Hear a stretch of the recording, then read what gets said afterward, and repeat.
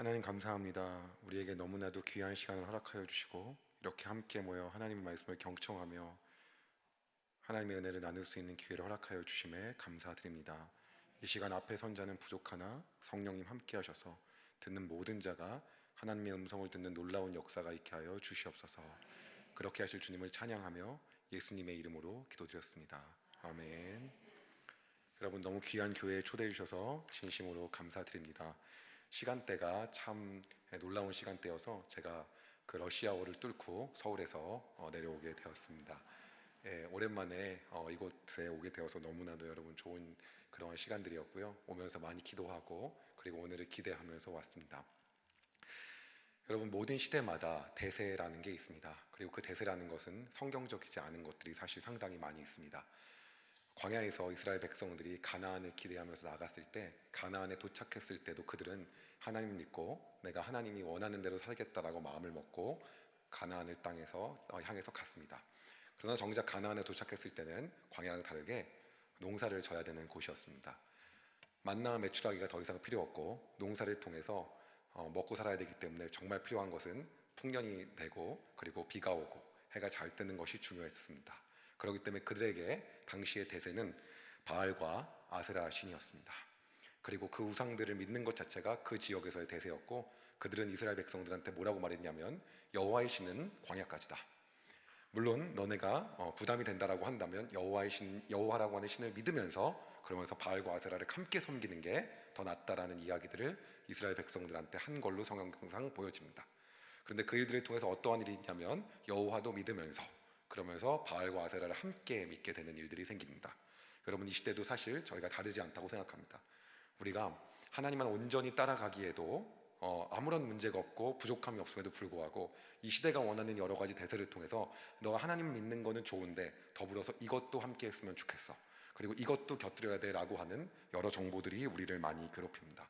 그러나 여러분, 중요한 거는 레위기에 나오는 수백 개의 그러한 율법들, 그리고 성경 전체에서 나오는 구약에 나오는 600개가 넘는 율법을 믿어야 되는 아주 여호와라고 하는 신은 너무나도 어렵고 감당하기 힘든 신이었음에도 불구하고 대세를 거슬러서 내가 하나님만을 믿고 따라간다고 결정했을 때 하나님 이스라엘 백성을 통해서 특별히 역사하시는 것들을 우리가 계속해서 보아오게 됐습니다. 그리고 이 시대에도 똑같이 그렇게 우리에게 말씀하시고 도전하고 이야기하시는 그 하나님 앞에 여러분 오늘도 순종하며 나아가기를 진심으로 소망합니다. 그리고 오늘 그 이야기들, 그래서 어떻게 이 여러 가지 그 시대에서 요구하는 대세를 꺾어서 역행해서 하나님이 정말 원하시는 대로 살기에 발버둥 쳤고 그렇게 살아왔는지에 대한 제 삶을 여러분과 오늘 겸손하게 나누고 싶습니다. 그리고 이 삶들을 통해서 오늘 여러분의 삶에 하나님께서 놀랍게 역사하실 것들을 기대하고 새롭게 도전하는 일들이 일어나기를 진심으로 소망합니다. 저는 사실은 가정이 모태신앙으로 태어났습니다. 그러니까 공감 안 가시는 분도 있겠지만 그러나 태어나 보니 모태신앙이었습니다. 근데 여러분, 모태신앙이 다 좋은 건 아닌 게, 모태신앙이라고 해서 부모님의 신앙이 다 좋은 것만 아닙니다. 저희 집에도 제가 태어났을 때 신앙의 격차가 있었습니다. 어떤 격차가 있었냐면 어머니하고 아버지의 격차가 있었어요. 참고로 지금 저희 아버지는 장로님이시고 어머님 권사님이신데, 신앙의 격차는 어머니가 100일 때 이렇게 신앙이라는 것을 수치하는 것 자체가 굉장히 교만한 행동이지만 제가 여러분과 즐겁게 한번 얘기하면 아버지는 10 정도 됐던 것 같습니다. 상당히 차이가 나는 그러한 집안이었습니다. 사실은 아버지는 어렸을 때부터 어머님 믿음의 3대째 크리스찬이고, 아버지는 4형제 중에 아버지만 교회를 다녔습니다. 그것도 어렸을 때부터 다녔던 게 아니라 초등학교 때 어떤 계기를 통해서 가게 되었고, 교회는 다니면서 담배는 하루에 2갑 이상 피시고 술은 마실 대로 마시면서 아버지의 주무대는 명동, 그러니까 지금으로 따지면 청담하고 다를 바가 없었어요. 그러한 분이었죠. 그런데 이제 어머니하고 아버지가 결혼을 해서는 안 되진 않았지만 어쨌든 간에 그런데 어떻게 만나게 됐습니다. 제가 어머니한테 맨날 어머니가 네 아빠가 이랬다라고 저한테 얘기하면 제가 드리는 말씀이 있습니다. 뭐냐면 어머니는 잘생긴 남자를 택했고 그로 인한 대가를 받았다. 그렇기 때문에 특별히 이런 얘기를 안 했으면 좋겠다라고 해서, 사실 아버지가 굉장히 잘생긴 외모셨는데 어머니는 그에 대한, 여러분 잘생긴 남자 만나면 그에 대한 대가를 똑바로 치를 거라고 저는 확신합니다. 그래서 그렇게 만나게 되었고, 결국 왜냐면 제가 많은 그러한 후배들을 갖다가 이렇게 한번 만나봐 어때 그러면 다 거절인 이유가 외모 때문이에요. 외모가 아니라고 말하지만 다 외모예요. 여러분 마음에 손을 얹고 똑바로 한번 생각해 보시기 바랍니다. 그래서 사실 어머님도 이제 외모에 이렇게 돼서 아버지와 결혼을 하셨는데, 결혼하시고 내가 믿는 하나님과 이 사람도 하나님 믿는다는데 너무 다른 거죠. 그러니까 신앙의 온도 차이가 너무 나는 겁니다. 그렇게 사셨죠. 그럼에도 불구하고 아버지는 기질과 성향이 어떤 분이셨냐면 굉장히 열정적인 분이셨고요. 어머니는 열정적이진 않으셨지만 어떤 분이셨냐면 굉장히 참 신앙인이었어요. 성경대로 살기 위해서 최선을 다하시고 사실은 좀 흐트러짐이 없는 그런 분이셨습니다. 제가 어렸을 때 자라나면서 아버지하고는 협상의 대상이 되고 좀 약간 마음이 맞는데 어머니는 숨이 턱턱 막혔어요. 사실은 지금도 제가 엊그제 결혼 10주년 이어가지고 10년 차인데 놀라시는 분들 감사합니다. 그런데 지금도 사실은 마음속으로 생각하는 게 뭐냐면 엄마랑 다시 살라 그러면 난 좀 힘들다. 근데 아빠랑은 좀 가능하다. 이런 약간 생각이 아직도 마음속에 있을 정도로 어머님은 정말로 필드 매뉴얼 FM이었고 아버지는 좀 약간 여유가 있으신 분이셨습니다. 그런데 저희 집에 일대기의 사건이 있습니다.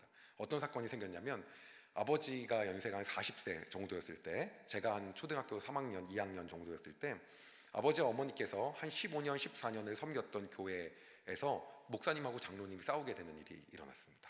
그리고 그로 인해서 교회가 이제 반으로 쪼개지고 분열되면서 저희 가족이 많은 상처를 입었습니다.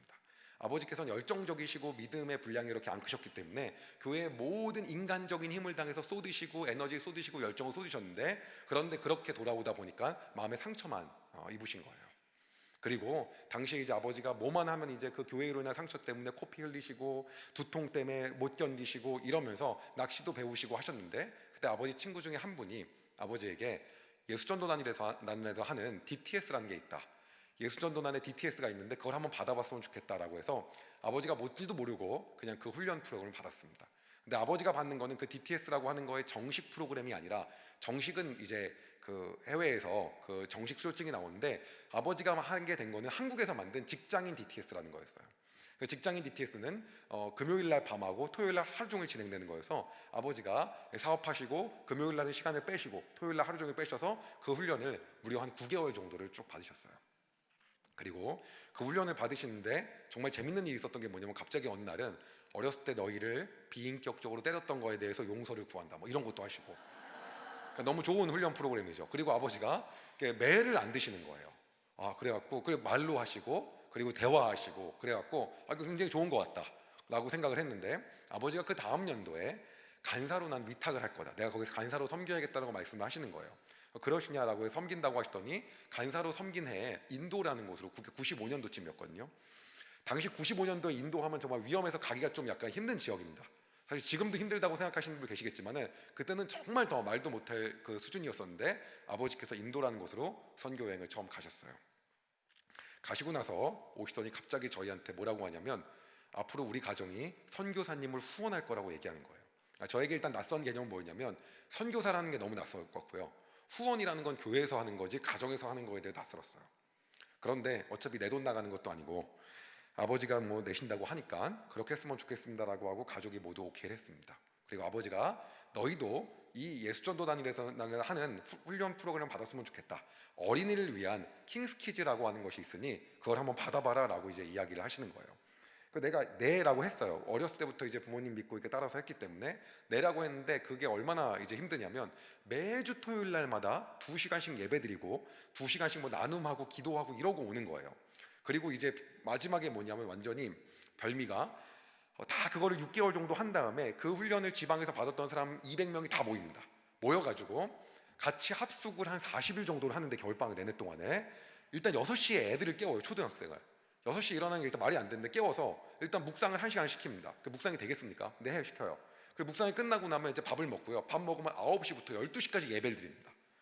막 뛰면서 막 예배하는 거예요. 막 주 우리 아버지 막 이런 찬양하면서, 그 당시에 뭐 찬양도 없으니까 별로 정해져 있어요. 기뻐하며 함께 뭐 이런 찬양이 있어요. 막 뛰면서 찬양하고 점심 먹고 나서 또 공부를 살짝 시키고 또 워십 댄스를 가르쳐요. 4시간 동안. 그게 끝나고 나면 6시부터 밥을 먹고 7시부터 예배를 거의 밤 11시까지 해요. 그거를 여러분 한 20일 정도 하잖아요. 그럼 내가 여기에 있는 게 마치 어떤 거냐면, 거기 들어가 있으면 믿음이 없다가도 생기게 생겼어요. 제가 믿음이 없는 수준은 아니었는데 거기 있다 보니까 완전히 그거 다음에 마치 신학하면 될 것 같은 코스예요. 막 마음에 막 있어갖고 그러면서 이제 제가 그때 그걸 보면서 선교사님이 어떤 거를 하는 사람인지, 그리고 하나님이 한국 말고 온 열방에서 어떻게 역사하시는지 이걸 제가 느끼게 되었어요. 그런데 그걸로 끝나야 되는데 이게 조를 짜줍니다. 거의 프로그램이 조를 짜주는데 16명 짜주더니 하루에 5,000원씩 정도로 할당을 쫙 해줘요. 그러고 나서 어디 갈 건지 하나님 음성 듣고 기도하고 갔다 오라는 거예요. 일주일 동안. 근데 그거를 어린 초등학생들이 나이가 먹어서 좀 생각 좀 하고 사리분별을 가져야 되는데, 초등학생들이 이렇게 모여서 무슨 하나님 음성을 들어요. 듣는데 이게 또 맞습니다. 마음이 이게 성령께서 인도하시는 거죠. 그런데 선생님이 어떻게 얘기하시냐면, 우리가 받은 재정을, 그것도 여러분 하루에 5천, 한 끼에 5,000원이 아니라 하루에 5,000원이에요. 그거를 갖다가 3분의 1을 헌금을 하고 가자는 거예요. 여러분 3분의 1을 헌금하면 하루에 1,000원 정도 남는 거예요. 그러니까 말이 안 되는 거잖아요. 그래서 헌금을 하고 갔어요. 거지죠 뭐. 이제 갔는데, 속초를 갔는데 거의 막 이제 가는 교회마다 들어가서 우리가 이렇게 왔는데 받아주세요. 그래서 6시간 정도를 갔다가 다니다가 한 번에 이제 같이 이제 저교회인 것 같다고, 이제 다리가 아프니까 힘드니까 막 얘기하는데 어떤 사람은 또 아니래요. 또 하나님 음성 들어야 돼요 그때는. 근데 또 의견이 안 맞아지는 거예요. 그럼 누가 또 죄를 진 거예요. 막 그럼 다시 용서를 구해요. 막 안아주고 막 난리 났어요. 막 그리고 다시 음성 들어요. 막 그리고 또 말씀해 주는데 가요. 결국 들어갔어요 교회를. 그래서 이제 거기서 막 그렇게 일주일 동안 그 생활하려고 다시 모여가지고, 막 부산에 있는 수영로 교회부터 해갖고 이제 서울에 있는 횃불행하까지, 양재에 있는 거기까지 해서 그 4시간 동안 배웠던 안무하고 간증하고 막 워십하고 이러면서 그 프로그램이 한 40일 동안 끝나는 거예요. 제가 그걸 끝내고 왔더니 아버지가 선교사님을 후원한다는 개념이 뭔지를 알겠어요. 그리고 그때부터 이제 저희 가정이 선교사를 후원하는 가정이 됐어요. 그렇다고 해서 여러 명 후원한 게 아니라 5만 원 후원하는 한 가정 후원하는 그런 가정이었죠. 아버지는 작은 사업을 하셨기 때문에 저희 집안에 돈이 많거나 전혀 그러지 않고 그냥 평범했고, 아버지께서 한다 그래서 그러시구나 라고 했어요. 근데 문제는 뭐냐면, 그 이후에 아버지께서 1년에 선교지를 한 최소 2-3군데 가시는 거예요. 그 사업을 집중하셔야 되는데 2-3군데, 어떨 땐 4군데 가시는 거예요. 가시면 갔다 오시면 되는데 갔다 오셔서 이 선교사님을 후원하자 그러고 선교사 후원 목록을 갖고 와요. 그리고 이제 다 후원을 하는 거예요. 어쩌다가 저희 가정이 한 10몇 명의 가정을 후원하는 그런 선교사 후원 가정이 된 거예요.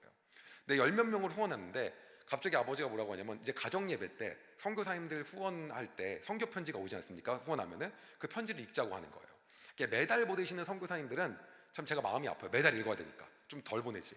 근데 그거를 어떻게 되냐면, 이제 오시는 매달 가정 예배를 드리니까 그 달에 오셨던 선교사님 선교 편지를 다 같이 모여서 읽는 겁니다. 가정 예배를 드리고 2부 순서가 읽는 거예요. 근데 우리는 어떤 문화가 있냐면 소리 내서 읽는 문화가 있어요. 그럼 혼자 읽어도 되잖아요, 조용히요.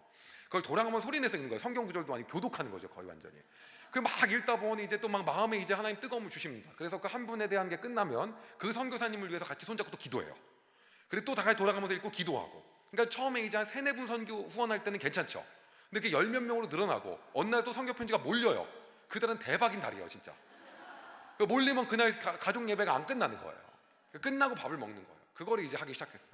그러더니 아버지가 선교사님들을 직접적으로 보는 게 좋다고 해갖고 그 집 거실에다가 거실에 딱 맞는 3개의 지도를 붙여놨는데, 알고 보니까 그걸 아버지한테 DTS를 권유하셨던 분이 그 대한항공에 있는 3개의 지도 뭐 하나를 갖고 오신 거예요. 그 거실에다 그걸 붙여놨어요. 붙여놓고 나서 선교 편지를 그 선교사님이 계신 곳 있는 데다가 아버지가 붙여놓으신 거예요. 이렇게. 그러니까 이 나라가 이 나라구나. 그러니까 들어보지 못한 나라들이에요, 거의 다. 좀 들어본 나라는 선교사님이 필요가 없는 나라더라고요, 보니까요. 대부분 당시에는. 그래갖고 이걸 보면서 저희가 거실을 지나가면서 주야로 묵상하는 게 아니라 주야로 선교사님 편지 읽는 거죠, 이제. 그 보면은, 왜냐하면 거실에 서 있다가 보면 그게 읽히잖아요. 글이 있으면 사람이 읽히게 돼 있어요. 그 지나가다 보면 이제 그걸 계속 읽는 거죠. 또 읽고 읽어요. 근데 문제는 어떤 거냐면, 거기서 끝이 났어야 되는데 아버지가 이러는 거예요. 우리가 이 선교사님들을 위해서 좀 제대로 기도하고 이런 시간을 가졌으면 좋겠다 그래서 갑자기 한 2-3년 정도가 지났는데 가족 수련회를 하자고 하시는 거예요. 여러분, 그 교회에는 수련회가 있어도 가족은 원래 수련회가 없습니다. 가족 여행이 있을 뿐입니다. 근데 가족 수련회가 저희가 코스가 2박 3일이었는데 일단 첫날 가잖아요. 가면은 첫날 저녁 때부터 거의 부흥의 수준이에요. 일단 가족 예배 한번 드려요. 그리고 나면 끝나고 나면 어떻게 되냐면 1년치 선교 편지를 다 가져온다, 아버지가. 그러니까 선교사님 한 분에 대한 1년치 선교 편지를 다 읽고 그분이 어떤지를 아버지가 또 요약을 해줘요, 이렇게요. 그리고 그 선교사님의 선교 편지에 손을 얹고 같이 기도하는 거예요. 하나님, 이 선교사님을 통해서 열방이 변화되고 막 난리 났어요, 막. 뭐 기도를 하고 나서 이제 내 가족이 4식구니까 저랑 내 동생이 있고 이렇게 있으니까 돌아가면서 이제 한 명이 기도하는 거죠. 이제 끝날 때 마침 기도하는 거예요. 그렇게 이제 20몇 명을 해야 되는 겁니다. 안 끝나요. 그렇게 끝나고 나면 이제 한 7시에 시작했는데 새벽 2시 이렇게 끝나는 거예요. 그럼 자고 나면 그 다음 날에 이제 관광지를 아버지께서 또 이제 짜놓으셨어요. 어디 박물관 뭐 재밌는 데를. 그런 유인책이 있어야 저희도 가지 않습니까? 그러니까 가요. 그러니까 맛있는 거 먹고 이제 그러면 이제 한 4시쯤 되면 저희 가족 안에 불안한 마음이 슬슬 옵니다. 이제 또 시작이구나. 끝나고 나서 이제 숙소로 모입니다. 모이게 되면 둘째 날 밤은 뭘 하냐면 이런 거래요. 이제 가족 기도 제목을 써요. 그 기도 제목을 10개씩 쓰는 거예요. 10씩 써갖고 내가 이번 연도에 하나님께서 나에게 주신 마음이고 이런 기도 제목 있다고 막 이제 서로 나눠요. 나누고 나서 그걸로 끝나는 게 아니라 3년 후에 나의 모습, 5년 후에 하나님이 나에게 주신 모습, 10년 후의 모습을 해갖고 막 거의 그 뻥 잔치예요. 그냥 그 10년 후에 그 말도 안 되죠. 막 내가 무슨 건물을 짓겠다 뭐 난리가 났어요. 뭐 별의별 나 뭐 거기다 뭐 제가 썼던 게 당시에 한 달에 선교사님 뭐 2천만 원 후원하겠다 뭐 그런 거 썼어요. 그러니까 막 말이 안 되는 걸 막 다 적은 거예요. 그냥 막 적은 거예요. 적고 나서 막이라기보다는 기도하면서 적었지만 그냥 보기에는 말도 안 되는 내용들. 그걸 또 나눕니다. 돌아가면서. 그러니까 또 저희 가족이 또 다들 말하는 걸 좋아해갖고 막 그 서로 막 자랑하는 시간인 거죠. 기업 IR하는 걸 그때 배운 것 같아요. 그래서 이제 그거를 이제 얘기하고 나면 가족 한 명씩을 이렇게 나누고 나면 가족 한 명을 가운데 넣고 원래 저희는 꿀단지 기도라고 하는데 손을 얹고 이제 기도해 주는 거예요. 그 가족을 위해서. 근데 그 식구들이 기도해 주는데 보통 이렇게 한 명 가운데 있으면 적어도 한 이제 한 8명, 7명에서 한 10명 정도 기도해 줘야 되는데 저희 3명이 하는 거죠. 4식구니까. 3명이 통성으로 기도하고 1명이 마무리 기도를 합니다. 그리고 나서 이렇게 끝나면 이제 축복송을 불러줘요. 때로는 이렇게. 근데 그것도 이제 4명이니까 그 찬양이 4개의 종류가 달라요. 그러니까 하나 때로는 끝나면 하나님께서 뭐 이렇게 하고 총주 그래서 아주 먼 날까지 나오는 거예요. 그래서 이제 4번을 다 하고 나면 마지막 이제 가족 전체를 위해 기도하면 그 가족 수련의 밤이 끝나는 거예요. 이튿날 밤이. 그러면서 이제 아침에 또 관광지 가고 나서 이제 끝나고 그렇게 가족 수련회를 하는 거예요. 여러분 그 놀라운 사실이 뭐냐면 결혼하고 제가 자녀까지 있는데도 얼마 전에까지 했다는 거예요. 그걸요. 아직도 진행 중이라는 겁니다. 예, 아버지께서 대단한 열정을 갖고 준비하고 계십니다. 그 가족 편지, 그 가족 수련을 하다 보니까 제가 어떤 걸 알게 됐냐면 선교사님들에 대해서 굉장히 아주 친해진 것 같고 편지로만 읽는데도 아주 그 안에 사역을 동참하는 것 같은 느낌이 드는 거예요. 그런데 어느 날 갑자기 가족 수련회에서 읽었던 편지에만 읽었던 그 선교사님이 저희 집에 오신다는 거예요. 무슨 연예인 보는 것 같은 거예요. 예, 그것만 읽었는데 오신다는 거예요. 그러시냐고. 근데 그럼 오시냐고 같이 식사하시냐 그랬더니 그게 아니라 3박 4일 동안 주무시고 가신대요. 그래서 제가 그랬어요. 어머니가 안 계시나요? 그랬더니 선교사님은 그 선교사님한테 물어볼 수 없으니까 저희 어머니한테 물어봤어요. 그랬더니 그게 제가 몰랐는데 그때는 아무리 설명을 들어도 몰랐는데 선교지에서 오래 있다 보면은 그렇게 친지나 부모님 집에서 자는 것도 댁에서 자는 것도 하루 이틀이지 눈치가 보이는 거더라고요. 그게 쉬운 게 아닌 거라는 걸 그때 알았어요. 그래서 저희 가정이 그걸 하는데 문제는 뭐냐면 저희가 형제 둘이 저랑 이제 연년생이었는데 되게 친했거든요. 제 친동생이 같은 침대에 썼어요. 그러니까 같은 더블 베드에서 같이 잔 거죠. 그러니까 여러분 그 중학생들 고등학생이 같은 침대 같이 자고 거기 자면요 냄새가 감당할 수 없습니다. 근데 선교사님이 오시는데 침대를 내어드려야 되잖아요. 근데 이제 냄새는 감당 불가능이잖아요. 그래서 어머니가 한 번은 선교사님 때문에 도배를 다시 하는 거예요. 냄새 때문에. 그리고 향수를 거의 한 통을 다 쓰시는 거예요. 이불 바꾸시고 막. 근데 엄마 너무한 거 아니냐. 그래도 너네 같으면 여기서 잘 수 있겠냐. 우리 맨날 자는데 뭐 어떠냐. 그렇지 우리 뭐 못 느끼니까는. 그래서 이제 오시면 저희가 거실에서 자거나 다른 방에서 자거나 그랬어요. 그런데 그 선교사님들 오실 때마다 저희 선교 편지를 읽었기 때문에 어떤 사역을 하는지 알잖아요. 그래서 제가 이번에 거기 학교 그 짓는 것 때문에 재정이나 그리고 그 공안들의 반대 세력 때문에 굉장히 힘드신 것 같은데 어떻게 잘 진행되세요라고 여쭤보니까 깜짝 놀라는 거예요. 어떻게 아냐는 거예요. 그래서 제가 얘기했죠. 우리 선교 편지 다 읽습니다. 가족 수련회 갑니다. 그거 다 읽습니다. 그랬더니 정말 놀래하시면서 3박 4일 동안 충분히 교제하는 시간들을 가졌어요. 근데 저희가 안 불편해하다 보니까 부모님이 자신이 생기셨는지 선교사님들 가정이 1년에 저희 집에 한 4가정, 5가정이 방문하는 거예요. 그러니까 그냥 저희 오셔야 오시는구나 그게 나중에 생각하는 거죠. 그냥 식탁에서 이제 같이 밥 먹고 이러는 거예요. 그런데 제가 어머니 아버지가 명품을 사는 걸 본 적이 한 번도 없어요.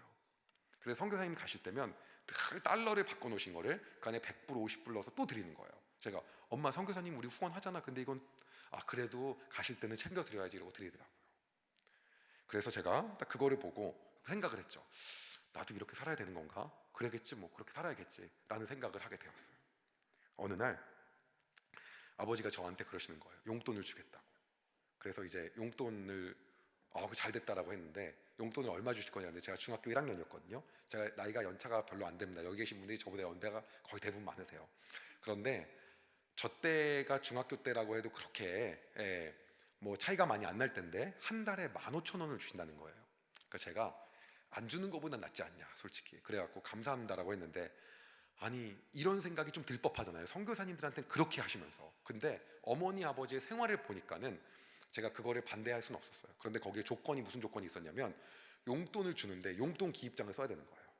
용돈 기입장을 완벽하게 안 쓰잖아요. 그럼 다음 달 용돈을 안 주시는 거예요. 그때부터 용돈을 받으면서 용돈 기입장을 쓰는데, 그래서 용돈 받았는데 아버지 어머니 그렇게 선교하시는데 조금이라도 도와드려야 될 것 같아갖고 제가 한 1,000원 정도 했어요. 15,000원 받는데 1,000원이면 엄청 많이 했죠. 나중엔 2,000원쯤 했어요. 아 지금 힘들더라고요. 근데 어쨌든 간에 그러면서 어머니 아버지가 선교사님 후원에 계속 늘려갔어요. 제가 고등학교 3학년 됐을 때쯤에 저희 가정이 후원하는 선교사 가정이 한 20, 30가정이 되는 거예요. 여러분, 근데 이렇게 하면은 저희 아버지가 돈을 굉장히 많이 버신 것처럼 생각하잖아요. 그렇지 않은 거죠. 일반적인 가정이었고, 저희 그 선교사님 저희 집에 오셨을 때 저희 방 3개, 저희 남자 형제 둘의 어머니 아버지인데 방 3개 많은 거 아니거든요. 그냥 평범한 가정이었어요. 예, 그냥 아파트로 따지면 그냥 기본적으로 20평대에서 30평대 사이 그런 데였거든요. 그러니까 굉장히 평범한 가정이었죠. 그런데 한 20, 30가정을 후원하는데 가족 수련회 가갖고 어머니가 그러는 거예요. 이제는 선교사님 후원을 좀 줄일 때가 되지 않았냐. 왜냐하면 당신이 사업이 계속 잘 되는 것도 아니고 당신도 늙어가고 있고, 그리고 어느덧 우리가 후원하는 선교사님들이 너무 많아졌고, 그리고 이제는 인플레이션 때문에 화폐 가치도 좀 달라졌기 때문에 좀 적은 분들만 집중적으로 딱 많이 하고 우리가 좀 이걸 나름의 구조조정을 했으면 좋겠다고 어머니가 얘기를 하시더라고요. 저희가 그랬어요. 그냥 결정하지 말고 하나님 음성을 듣고 결정하자. 어디서 배운 게 있어가지고. 그래서 이제 가족 수련회 밤 같이 하나님 우리에게 막 말씀하여 주십시오라고 막 기도하고 하나님 음성 듣는 시간을 가졌어요. 그리고 아버지가 대단했던 게 뭐냐면 이거였거든요. 가족 수련회가 저희한테 어떤 시간이었냐면, 아버지가 후원하시고 싶은 선교사님들 목록을 쫙 가져와요. 그래서 이분 후원하고 싶은데 어때라고 이제 가족들 다 물어봅니다. 저희가 듣고 저희가 돈 1원도 안 내지만 아니라고 하면 안 하시는 거예요. 고작 2,000원 정도 했죠. 근데 아니라고 하시면 안 하시는 거기 때문에 저희한테 거의 이사회의 권한을 주신 거예요. 그러니까 아버지가 함부로 하신 게 아니라 모든 의견을 다 물어보셨어요. 그날도 마찬가지로 이 선교사님들을 줄이고 말지 할지 말지에 대한 의견을 물어보는 그런 시간이 되신 거예요. 그래서 같이 얘기했는데 제가 하나님의 음성을 듣는데 아무리 듣고 집중해도 하나님이 끊으라는 마음을 안 주시는 거예요. 제가 그때 느꼈던 마음은 keep going이에요. 그냥 계속 해야 되는 거지 이게 줄이라는 마음이 아닌 거예요, 마음에. 그래서 이제 얘기를 했죠. 동생이 먼저 얘기하고 제가 얘기하고 했는데 제 차례가 왔을 때 아닌 것 같다. 하나님 일은 늘리면 늘렸지 줄이는 건 아닌 것 같다. 어머니가 니네가 돈을 내 뭘 내기 나오죠 당연히 이제. 예, 그러지만 이제 믿음의 고백으로 그렇게 얘기를 했어요. 그리고 나서 그러면 다음 연도 가족 수련회 때 결정을 하기로 하자 그러고 한 2, 30분을 후원을 하는데 일단은 그해 후원을 하기로 하고 넘어갔습니다. 사실은 지금 생각해 보면 아버지의 믿음도 보통이 아니셨던 것 같아요. 그렇게 할 수 있는 게 쉬운 일은 아닌 것 같다는 생각이 이제 와갖고 제가 좀 들게 됩니다. 그 다음 연도에 동생이랑 저랑 그 한 2년간에 걸쳐갖고 연년생이기 때문에 대학을 다 들어갔어요. 근데 대학을 가자마자 저희 둘이 과외를 하게 된 거예요. 과외를 2팀 하다 보니까 당시에는 과외 한 2시간씩 2번 하는데 한 30만 원 정도 받았거든요. 그러니까 저희 둘 다 한 60만 원씩을 버는 거예요. 근데 저희 둘이 60만 원을 벌었을 때 어떤 마음이 딱 들었냐면, 아버지 선교사님 후원하는 거 도와드려야겠다. 그거 돈 보태드리자. 그 마음이 딱 드는 거예요. 근데 그것도 도와드리면은 약간 좀 아닌 것 같고, 아버지 선교사님 후원하는 그 인원을 우리가 가져오자. 그래서 한 가정당 5만 원씩이었으니까 5만 원 가정 중에 어렸을 때 우리가 우리 집에 방문하셨을 때 자주 뵙고 얘기하고 우리랑 친한 선교사님들 3분씩을 가져오자고 얘기했어요. 그래서 동생이 세 가정, 제가 선교사님 3가정을 가져온 거죠. 분양받은 거예요. 예. 그러니까 다른 분들은 원래 이제 대학 가고 그러면 이제 돈을 주시잖아요. 선교사님을 주신 거죠. 그러더니 이제 그걸 받고 나서 아버지가 갑자기 막 기세 등등 해주신 거예요. 더 많이 할 수 있으니까. 예. 어머니가 갑자기 할 말이 확 없어졌죠. 예. 이제는 그 줄여지는 게 아니라 더 늘리면 늘릴 수 있는 거죠.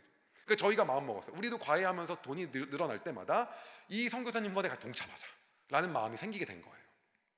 그리고 어느 날 아버지가 그러시는 거예요. 어머니랑, 너희들 엄마 아빠가 혹시 죽으면 이 선교사님들에 대한 후원 다 끊지 말고 니네가 다 이어받아서 해야 된다. 그러니까 보통 여러분 부모님이 돌아가시면 다른 걸 물려주시는 거예요. 예. 선교사님을 물려주신다고 이제 유언을 하시는 거예요.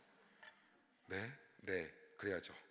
그리고 이분들을 너희가 어머니처럼, 어머니 아버지처럼 섬겨야 된다. 어머니 아버지랑 연배 다 비슷하고 그때부터 후원했던 분들이기 때문에 어머니 아버지처럼 니네가 해드려야 된다라고 하시는 거예요. 네, 알겠습니다 라고 얘기를 했어요. 그리고 이제 저희의 드디어 20대가 시작이 되었습니다. 당시에 제가 꿈이 있었어요. 어떤 게 꿈이었냐면 스타 강사가 꿈이었거든요. 그러니까 저는 노량진에서 앞에 300명 놓고 막 하루에 막 강의해서 10팀씩 강의하고 막 그게 인생의 소원이었어요. 근데 그게 꿈이다 보니까 제가 당시에 대학교 때 열정을 바쳐서 열심히 일했던 게 뭐였냐면 스타 강사가 되기 위한 노력이었어요. 그럼 스타 강사가 되기 위한 노력은 어떻게 하냐? 기획사가 있는 것도 아니고 연습실 있는 것도 아니고 내가 없어요. 그래서 어떻게 하기로 했냐면 대한민국에서 돈을 가장 많이 버는 영어 강사들의 강의를 다 보자. 예. 만약에 제가 목사님이 꿈이었다면 죄송한 얘기지만 농담 들으세요. 성도가 가장 많은 목사님들 강의를 설교를 다 듣자 뭐 이런 식으로 생각한 거랑 비슷한 거죠. 그래서 수강생이 가장 많은 영어 강사들의 강의를 갖다가 하나도 빠지지 말고 다 듣자 그래서 제가 과외로 번 돈의 일부분을 그 강의를 사는데 돈을 되게 많이 사용했어요. 쓰고 또 듣고 시간만 나면 보는 거예요.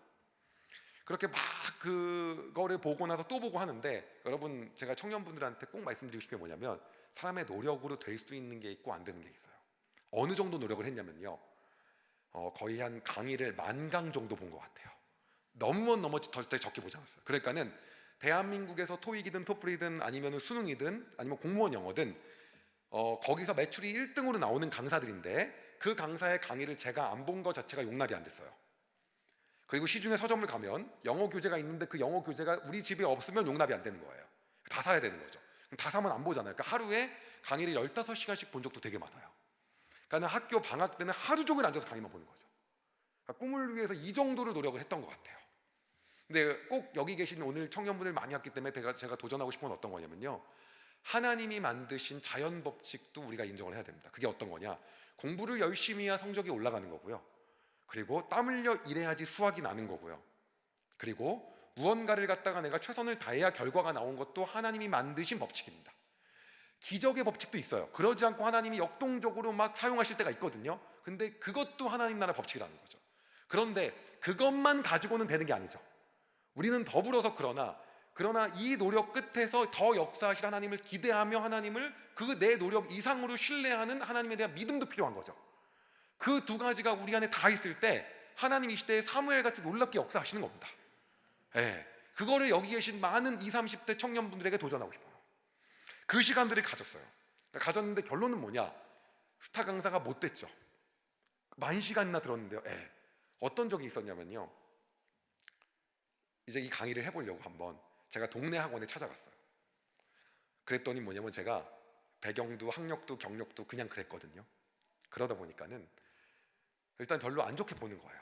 그리고 나서 강의 한번 해보라는 거예요. 강의를 했어요. 그런데 저는 스타 강사하고 똑같이 강의할 거 아니에요. 거의 다 카피했으니까는 그대로 보고 막 교재도 좋았을 거 아니에요. 그런데 동네 학원에서 강의를 딱 하는데 제가 강의를 딱 하고 나서 강의가 끝났는데 제 안에 와 이런 강의가 어디 있어 하고 감동이 밀려오는 거예요.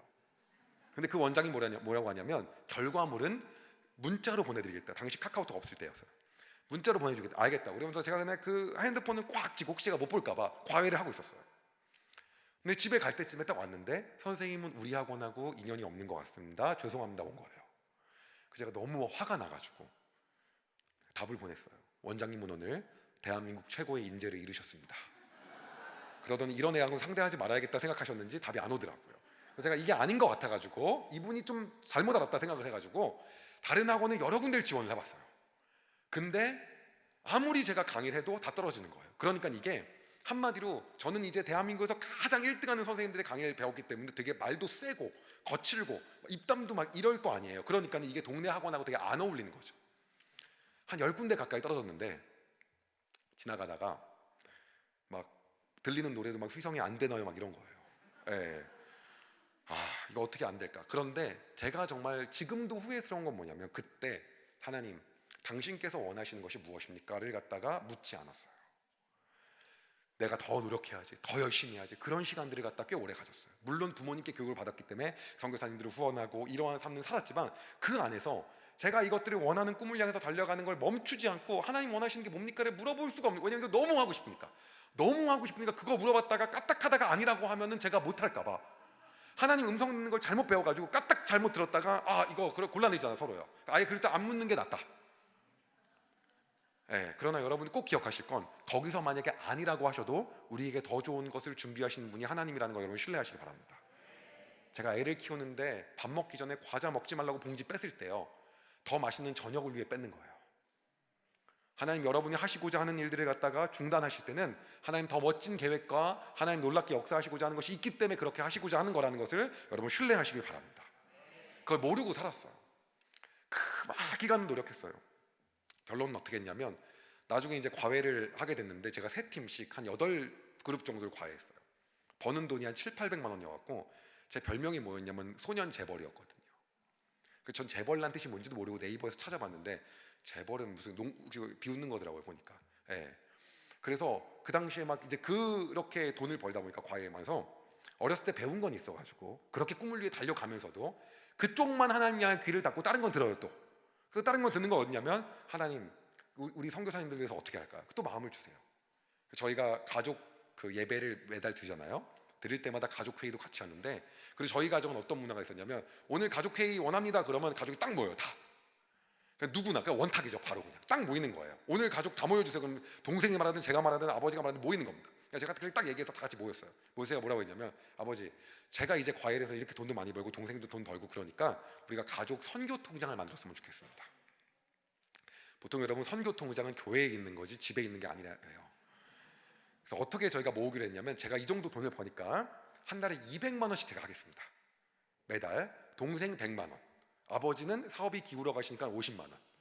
그래서 모이면 350만 원인데 그 당시에 저희가 후원했던 가정이 거의 30~40가정이었기 때문에 대략 계산을 해보니까 한 200만 원 가까이는 고정으로 후원금으로 나가더라고요.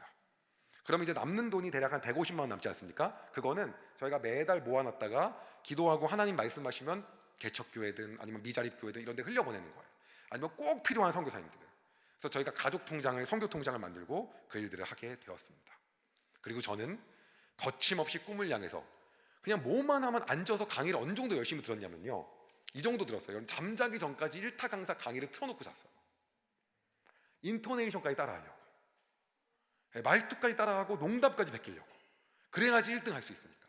그러니까 이 정도쯤 노력했는데도 여러분 안 되더라고요. 그래서 제가 이런 얘기하면 가장 유사하게 공감하는 친구들이 아이돌 준비했던 연습생 애들, 거의 뭐 비슷한 수준이에요. 저는 그런 기획사가 없었는데 셀프로 그렇게 한 거예요. 셀프 트레이닝. 그거를 그렇게 했는데 문제는 뭐냐면 길이 안 열리는 거예요. 스타 강사가 되려면 나중에 봤더니 그것도 여러분 똑같아요. 연예계하고 백이 있어야 되는 거예요. 누가 너를 갖다가 여기 스카우트 해가지고 누구 백으로 밀어줘야지 1등도 하는 거고 2등도 하는 거고 그 강단에 쓸 수 있는 거예요. 연예인하고 다를 바가 없더라고요. 제가 아무리 강의를 잘하고 못하고가 크게 중요하지 않아요. 그러니까 제가 막 하나님 앞에 울부짖었어요. 왜 슈퍼스타 K는 있는데 이 강사 스타 K는 없나요? 안 생기는 거죠. 인간적인 노력으로 어디까지 해봤냐면 학력을 좀 뒤바꿔서 미국에 가서 석사까지 받고 와야겠습니다. 어렸을 때 아버지께서 용돈기 입장을 훈련을 해주셨고 제가 돈을 허투루 쓰질 않았어요. 과외에서 번 돈으로 선교, 그 다음에 11조, 그리고 제 교재 사는 거 제외하고는 다 저금을 했거든요. 하나도 빠짐없이 다 저금했어요. 저희 와이프가 저하고 연애할 때 했던 얘기가 뭐냐면 당신은 내 바지가 세 개밖에 없어 이거였거든요. 옷에 대해서 별로 관심이 없어가지고, 옷은 그냥 입으면 되는 거지 이런 느낌이었기 때문에 별로 관심이 없었어요. 그렇기 때문에 그렇게 살다 보니까 유학을 가려고 제 통장을 봤는데 통장에 한 7천만 원 정도가 있는 거예요. 그게 학비 다 내고 부모님 용돈 다 드리고 하고 남은 거예요. 그러니까 저의 재정에 대해서 굉장히 제가 아주 강했습니다. 그것도 부모님이 그 훈련대로 오늘의 내용과 다르게 굉장히 아주 세게 시키셨어요. 그래서 거의 제가 나중에 유태인들이 어떻게 자라나나 책을 읽었는데 거의 비슷해요. 저하고 뭐야? 뭐 이런 느낌 정도로. 그래서 거의 돈을 안 썼어요. 저를 위해서. 굉장히 그 하나님 향해서 하는 것들은 철저하지만 저에 대해서는 별로 그러지 않았어요. 그래서 어쨌든 7천만 원인 거예요. 그거 가지고 별명도 재벌이고 하니까 유학 가면 되겠다 해서 이제 미국 유학을 알아봤는데요. 미국 유학은 7천만 원이 말이 안 되는 거더라고요. 보니까요. 뒤에 공이 하나씩, 제가 그때 영어 강사였으니까 저기 홈페이지 보면 영어를 되게 빨리 읽거든요. 남들보다 굉장히 빨리 읽는데 돈을 액수를 봤는데 액수가 내가 틀린 건가? 공이 하나씩 다 덧붙어 있으니까. 그래서 이게 아닌 건가? 그럼에도 불구하고 일단 가야 되겠다. 무조건 미국에 가야겠다. 그래서 나는 스타 강사가 돼야 되니까. 그렇게까지 발버둥을 쳤어요. 준비하고 IB 토플 점수를 따고 준비했어요. 그리고 나서 갑자기 기도했어요. 하나님, 유학을 가도 되는지 안 가도 되는지는 얘기하지 마시고요. 지금부터 제가 묻는 것만 답해 주세요. 제가 묻는 건 뭐냐면요, 제가 유학을 가면 테일러샵 어차피 이런 데 가서 알바하고 해야 되니까, 그리고 지금 돈을 계산해 보니까 중부밖에 못 갈 것 같아요. 서부나 동부는 불가능할 것 같고 중부 가야 될 것 같은데, 가게 되면 그렇게 해야 되니까 하나님 제가 거기서 먹고 살 수 있게 도와주세요 라고 했더니 하나님 또 마음을 주시는 거예요. 어떻게 하시냐면 지금 과외하고 있는 애들을 미국에서도 그대로 과외를 할 수 있게끔 생각을 주셨어요. 그래갖고 미국에서 어떻게 과외를 하는 거지? 그래갖고 제가 다시 한번 잠잠히 다시 묵상하면서 하나님 다시 말씀해 주십시오 이렇게 했거든요. 그랬더니 어떤 게 쫙 저 안에 생각이 떠올랐냐면, 아이들을 과외를 할 때 보니까 2시간씩 2번 가더라고요. 보통 과외 2시간씩 2번 가잖아요. 가는데 3시간은 제가 설명을 하고요, 1시간은 제가 관리를 해주는 거예요. 숙제한 거 테스트하고 똑바로 했냐 하고 막 뭐라고 하고 막 검사하고 빡세게 하고 막 이런 걸 하더라고요. 그래서 3시간 분량을 내가 미국에서 영상을 찍어서 보내면 되겠다. 그리고 1시간 관리하는 부분은 나 말고 나를 그대로 만들어놔서 내 데이터를 보내면 되겠다. 아바타를. 그렇게 마음을 먹고 나서 이제 이거를 생각을 한 거예요. 근데 이게 너무 어처구니가 없는 게 학생 입장에서는 진짜 싫은 거거든요. 왜냐? 선생님이 직접 오는 것도 아니고 영상으로 공부하는 거고, 그리고 선생님이 직접 관리하는 것도 아니고 선생님 대신 다른 사람이 오는 거잖아요. 그래서 제가 하나님 학생들이 싫어할 것 같습니다 라고 이제 기도한 나중에 하나님 주신 마음이 있어서 돈 깎으면 되지 않냐, 그런 마음이 딱 있는 거예요. 그래서 이제 모르겠다라고 딱 계획을 잡고 학생들을 다 불렀어요. 3명씩 8팀이니까 24명을 딱 불러갖고 밥을 먹이면서 난 내 꿈을 향해 유학을 가기로 결정했다 얘들아 미안하다. 그러나 이제 아이들한테 말을 또 예쁘게 했어요. 너희들을 끝까지 책임지고 싶다. 사실은 제 생활비가 문제였는데. 그래서 지금 너희들의 이거를 이렇게 바꾸겠다. 내가 영상을 찍어서 미국에서 보내줄 거고, 그리고 나서 대신 일주일에 한 번 다른 사람이 와서 너네한테 1시간씩 관리를 해줄 거다. 강의 똑바로 들었는지 강의에 있는 거 테스트하고 단어 테스트하고 듣기 테스트하고 1시간씩 해줄 거다. 그럼 너네들 싫지 않냐? 그래서 오늘부터 수강료를 반값으로 깎겠다 라고 했더니 학생들이 굉장히 만족해하는 표정인 거예요. 그러니까 오히려 더 제가 서운하더라고요. 돈으로 되는 거였어? 이런 느낌에. 그래서 갑자기 제 매출이 반이 확 줄었어요. 근데 문제는 뭐냐면 대신 갈 사람 1명을 못 구하는 거예요. 그거를 갖다가 핸드폰을 제가 들고 나서 막 교회 그 청년부에 있는 친구들 연락했더니 다 뭐 공채 준비하고 대기업 준비하고 해서 다 거절당했어요. 그때 들어왔으면 지금 회사 임원이었을 텐데, 다 거절당했어요. 거절당하고 나서 주변에 보니까는 남아있는 사람이 제 친동생밖에 없는 거예요. 그래서 제가 동생을 불러갖고 이제 얘기했죠. 야, 이렇게 어떠냐 그랬더니 동생은 저보다 굉장히 합리적이고 이성적이에요. 얼마 줄 거냐요. 제가 그래서 당시에 과외로 한 800만 원 버는데 400만 원 줄었다. 이제 너랑 나랑 5대5 하자. 또 200만 원. 그럼 괜찮다는 거예요. 그게 이제 직업도 아니고 이제 알바였으니까 괜찮잖아요. 그래서 저희가 이제 MOU 계약서를 둘이 쓰고 열심히 해보자. 그런 다음에 형은 미국 갈게. 이러고 나서 이제 저는 이제 대신 동영상을 찍어야 되잖아요. 근데 제가 동영상을 인강을 찍어본 적이 한 번도 없는 거예요. 인강을 많이 보긴 봤지만. 근데 그래서 이제 인강을 찍어야 되는데 문제는 뭐냐면 찍을 장소도 없고 그래갖고 칠판에 사다가 집에서 걸었어요. 집에다가 막 먼지 나면서 걸고 분필하면서 이제 집에서 찍는데, 결국은 저는 이제 대형 그 인강 사이트에 가서 인강을 찍고 싶었는데 대형 사이트의 꿈이 집에 저희 방으로 바뀐 거죠. 꿈을 이루는 건 나중으로 미룬다 그러면서 강의를 밤마다 찍었어요. 그리고 이제 미국 유학에 대한 준비가 거의 끝났어요. 끝나갈 무렵에 제가 과외하는 학생 수가 한 50명 정도로 는 거예요. 왜냐하면 동생이 일주일에 한 번 1시간씩만 가면 되니까 예전보다 할 수 있는 인원이 4배가 는 거예요. 확 늘어났어요. 그래갖고 이제 여기서 잘못 기도했다가 유학 못 가게 하실까봐 하나님이 가려는 준비를 아주 완벽하게 해놓고 나서 이제 거의 다 됐는데 동생이 갑자기 저한테 얘기하는 거예요. 형 유학 안 갔으면 좋겠대요. 그 내가 안 그래도 내가 지금 굉장히 그것 때문에 민감해 있는데 무슨 얘기냐 라고 했더니, 형이 유학 갔다 온다 한들 유명한 사이트에서 강의한다는 보장도 없지 않냐. 나는 도전할 거다. 형 지금 사귀고 있는 여자친구랑 무조건 헤어질 거다. 원래 미국 가면 헤어진다. 밑도 끝도 없이 무슨 말이냐. 막 또 얘기를 해요. 됐다, 난 그래도 갈 거다. 계속 별의별 얘기 당하는 거예요. 형이 여기 있으면 우리 올해 이렇게 수강생이 200명이 될 것 같다. 가자. 그 얘기를 하는 거예요. 그래가지고 나랑 여기서 하자 그래갖고, 아니다, 내 꿈은 스타 강사가 되는 거지 동네에서 학원 하는 게 아니다. 또 거절했어요. 그러니까 또 얘기하는 거예요. 형 다시 한번 내가 잘 얘기해 줄게. 형이 원하는 스타 강사, 우리 학원이 커지면 그 대형 인터넷 강의 사이트나 교육그룹이 우리 학원을 인수하면 형이 스타 강사로 갈 수 있어. 대접도 받고. 근데 거기서 제가 조금 흔들렸어요. 그런가? 근데 하루만 시간을 줘봐.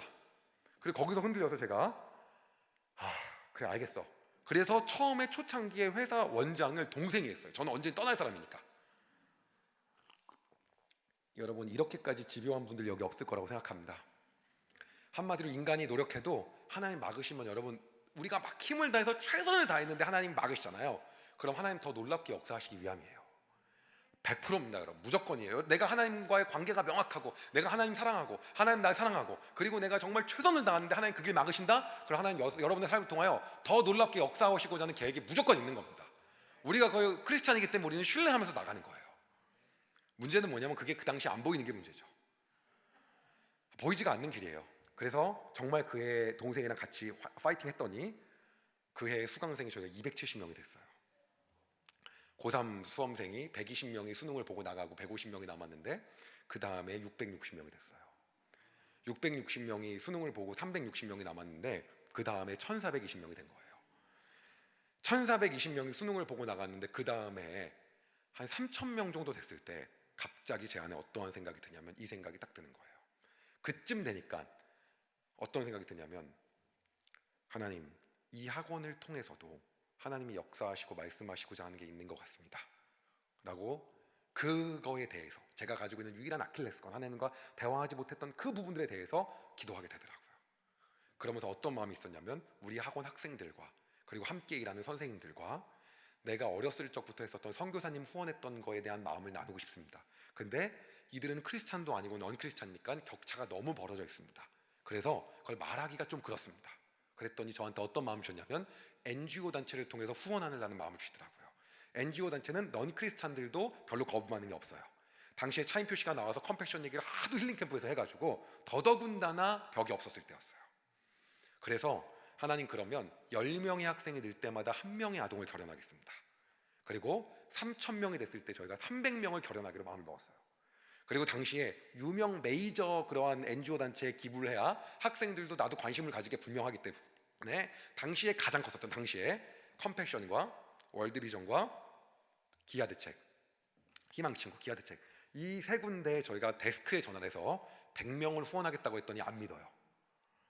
여러분, 내일 데스크 전화하셔가지고 저 100명 다음 주부터 후원하려고 그러면 거의 안 믿습니다. 너무 많잖아요. 예. 그래가지고 저희가 설득을 해서 믿게 했어요. 그래서 나중에 죄송하다고 하더라고요. 그래서 저희가 300 아동들을 결혼하기로 했고, 이제 그때부터 저희가 결혼 아동을 계속해서 늘려갔어요. 그리고 그 해에 4,000명이 되고 졸업을 하고 한 2,000명 정도가 남았는데, 회사가 처음으로 이제 순이익이 발생했고, 그 이익이 한 17, 8억 정도, 15억, 16억 정도가 됐던 것 같아요. 지금 기억에. 그래서 어떤 마음이 들었냐면, 하나님, 이제 제가 그 스타 강사가 됐던 것들을 뛰어넘어 하나님이 하시고자 하는 게 뭔지 알았습니다. 근데 제가 하나님을 기쁘게 해드리고 싶습니다라는 마음이 드는 거예요. 그러면서 어떤 마음이 들었냐면, 어렸을 적에 선교사님이 저희 가정에 왔던 생각이 막 드는 거예요. 그때 제가 어떤 마음이 있었냐면, 만약에 내가 나중에 큰 집 살면 방 2개는 선교사님 가정을 위해 떼어놓겠다. 언제든지 오셔서 주무실 수 있게. 그래서 저희가 결혼할 때 와이프하고 제가 약속했어요. 우리 집은 잔치집 같은 집이 되자. 여자들이 제일 싫어하는 게 손님 방문이라고 들었다. 당신이 그 본능에 역행해야지 우리가 하나님이 기쁘심께 살 수 있다. 그래야지 우리가 하나님 기쁘게 하는 삶을 살 수 있다. 그랬더니 그렇게 하겠다는 거예요. 그게 미리부터 쐐기를 박았습니다. 예. 여기 계신 형제 여러분, 결혼 전에 확실하게 하시기 바랍니다. 예. 그렇다고 결혼 안 되지 않습니다. 안 될 거면 그냥 안 되는 게 낫습니다, 차라리. 그리고 제가 얘기했던 게 또 있었습니다. 지금은 내가 과외를 하고 돈을 벌지만 나중에 하나님께서 나에게 말씀하셨고, 모든 것들을 버리고 선교지로 떠나라 그러면 나는 떠나야 된다. 그것도 자신 있으면은 나랑 만나는 거다라고 했더니 자기 할 수 있다는 거예요. 다 도장을 받아놓고 결혼했어요. 예. 보통 그러면 여자들이 이 남자 뭐야 이럴 거 아니에요. 예. 저는 생각했어요. 하나님 일은 후진 없다. 전진했을 때 아니면은 하나님이 더 놀라운 걸 계획하시는 거고, 아니면 이 사람이 아닌 거다라고 생각을 했습니다. 그리고 그렇게 마음을 먹었는데 제가 언더커를 까맣게 입고 살고 있었어요. 막 사업하느라고 바빠서. 그리고 어떤 마음이 들었냐면, 그냥 선교사님들을 위한 집을 줘야겠다. 여러분, 우리가 그 사무엘 하를 보면은 다윗이 하나님의 성전을 건축하고 싶어 하잖아요. 내 집은 이렇게 궁전은 화려한데 하나님의 성전 너무 초라합니다라고 하면서 했더니 하나님이 그러시잖아요. 네가 내 집을 짓겠다고 하냐? 네가 나의 집을 짓겠다고 하는 것이냐? 나는 어디서도 거하는 하나님이다 라고 얘기하시면서 너 잘못 생각해서 그게 아니라, 얼마나 기특하셨는지 그 다음부터 너의 핏줄에 끊어지지 않게끔 왕위를 있게 하겠다고 하나님 약속하시거든요. 지은 것도 아니고 짓겠다고 말만 했는데 제가 그 말씀이 떠올랐어요. 이거 해야겠다. 근데 문제는 뭐냐면, 이 게스트하우스를, 이 선교사님들 숙소를 짓는데 저희 회사에서 치면 주식이 제가 100%이기 때문에 제 거예요. 그래서 이거는 제 마음에 그 꺼리낌이 있는 거예요. 제가 이렇게 얘기했더니 너무 과한 거 아니야 사람들이. 그렇게 해도 어쨌든 간에 이렇게 쓰시게 하면 되는 거지. 근데 용납이 안 되더라고요. 어머니하고 아버지한테 배웠던 게 기준이 상당히 높으셨기 때문에 저도 다른 기준을 가지고 다시 생각을 했어요. 그래서 선교 법인을 만들었어요. 국가 소유의. 그리고 거기다가 16억 17억 기부를 다 했습니다. 그리고 그곳을 통해서 게스트하우스를 줘야 되는데 문제는 뭐냐면 그 정도 액수 갖고 건물을 올리는 게 어려운 거예요. 당시는 여러분 거의 한 10년 전이기 때문에 지금은 서울에 집 한 채도 못 사는 돈인데 근데 제가 또 어떤 욕심이 있었냐면 선교사님들 보면 늘 뭐가 없냐면 차가 없어요.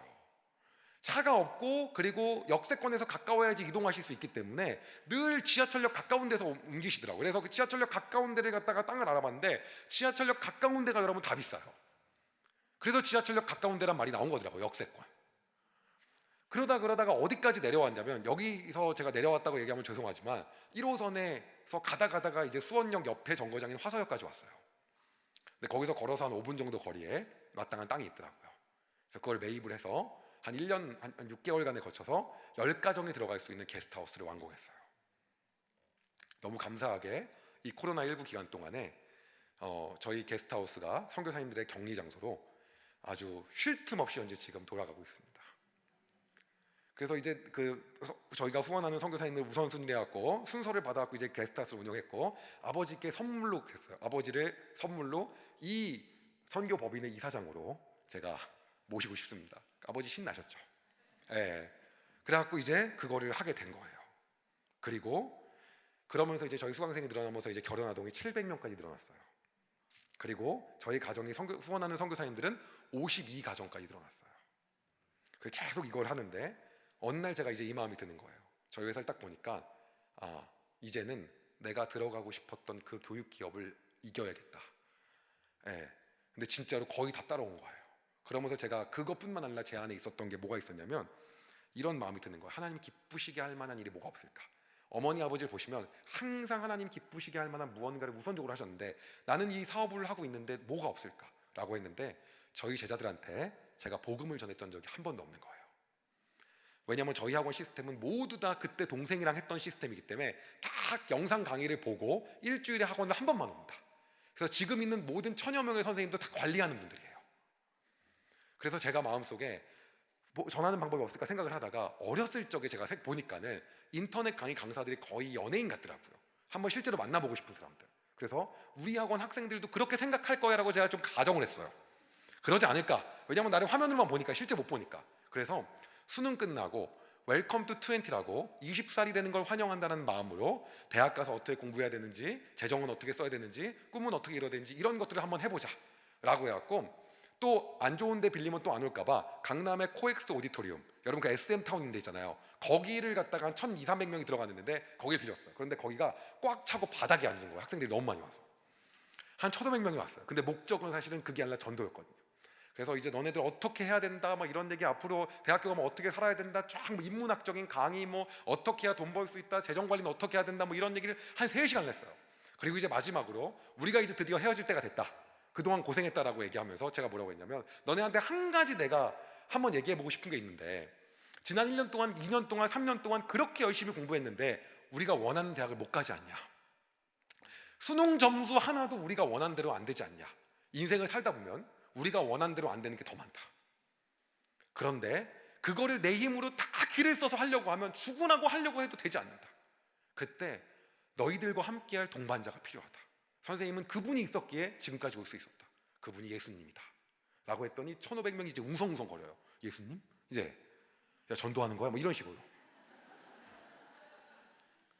그러면서 제가 뭐라고 했냐면 너희들이 나를 좋아하고 나 같은 삶을 살기 원한다고 한다면 예수님을 믿는 거를 예수님을 꼭 믿었으면 좋겠다. 예수님을 믿는 사람들이 여러 가지 안 좋은 모습을 보여준 건 사람의 문제지 예수님이 문제가 아니다.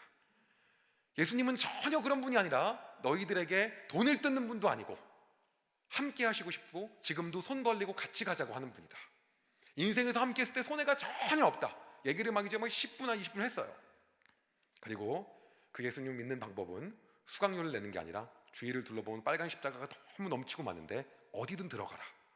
그러면 그 안에서 목사님이나 전도사님이라고 불려지는 분한테 가서 공짜로 존쌤이 만났던 예수님을 만나는 방법 알려주세요 라고 하면은 예수님을 어떻게 믿을 수 있는지 알려줄 거다. 그날이 끝났어요. 그리고 이제 마지막에 아이들을 위해서 기도해 줬어요. 그리고 마쳤는데 저한테 편지가 엄청 오는 거예요. 5살 때 교회를 다니고 한 번도 안 갔는데 저 이제 다니기 시작했어요. 엄마가 가라고 그렇게 했는데 갈 생각이 없었는데 엄마랑 같이 나가보려고요. 어떤 이런 내가 와요. 저는 교회를 다니고 있는데 존쌤의 설교가 목사님의 설교보다 더 은혜가 됐어요. 저는 설교한 적이 없는데, 예. 막 그런 너무 많은 편지를 받았어요. 그래서 제가 그날 끝났는데, 아 그래, 내가 왜 하나님 여기까지 세우셨는지 이제 알겠다. 그 마음이 드는 거예요. 그리고 나서 나중에 봤더니 그 안에 모였던 전체 인원 중에 95%가 넌 크리스찬이었어요. 제가 1,000몇백 명이 있는 넌 크리스찬 앞에서 예수 그리스도를 정면으로 전했는데 그들이 다 귀를 쫑긋하고 들은 거예요. 여러분 대박인 사건 아닙니까 진짜? 예. 그리고 나서 이제 그 소위 말한 웰컴 투 20를 매년 했죠. 이제 전도하려고. 예수님 믿으라. 그 이제 애들이 이제 다 알아요. 전도하기 위해서 불렀는지. 그래갖고 야 존쌤 또 전도한다. 예.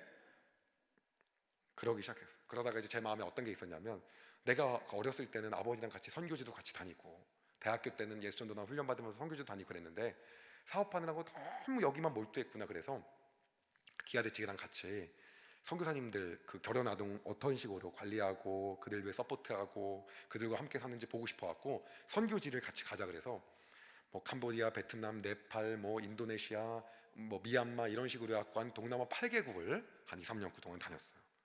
다니면서 제가 놀라운 광경을 목격하게 됐어요. 베트남을 갔는데 거기에 있는 한 선교사님이 학교를 삼성전자에서 지어준 거예요. 그리고 땅은 사회주의 국가니까는 국가에서 이제 제공을 한 거죠. 그리고 거기에 있는 운영을 기아대책이 하고 있는 거예요. 근데 하는데 거기에 방과 후 학교를 하는데 다 넌 크리스찬들이에요. 기본적으로 불교 국가예요. 왔는데 그 아이들을 막 복음을 전해서 공안한테 끌려가고 또 어떤 아이는 완전히 하나님께 올인하기로 해서 한동대학을 간다 그래서 준비해서 진짜 간 거예요. 제가 그런 모습을 보면서 제가 얘기했어요. 이런 국가에서 하나님을 이렇게 레디컬하게 도전적으로 내가 쫓겨나면 쫓겨날라라는 마음을 갖고 전하는 게 어떻게 말이 되냐 그랬더니 학교에서 가능한 것 같습니다. 애들이 일단 오니까 문 닫아놓고 하면 된다. 아, 문을 닫아놔도 애들이 엄마한테 말하면 되지 뭐 문제 생기지 않습니까? 그럼 뭐 공안한테 한번 가서 뭐 사인하고 오면 된다 뭐 이런 식인 거예요. 그래서 제가 너무 감동을 받아서 기아대책에 물어봤어요. 이런 선교사님 몇 분 다닙니까? 이런 선교사님 있으면 저 학교를 저도 짓고 싶습니다. 그랬더니 이렇게 얘기하는 거예요. 의장님이 돈이 있으신 만큼 선교사님이 있대요. 잘못 물어봤죠 제가. 예. 모금 단체에 제가 잘못 물어봤죠. 예. 처음부터 제가 그래서 학교 하나 짓는데 얼마 정도 갔더냐 그랬더니 5억 정도라는 거예요.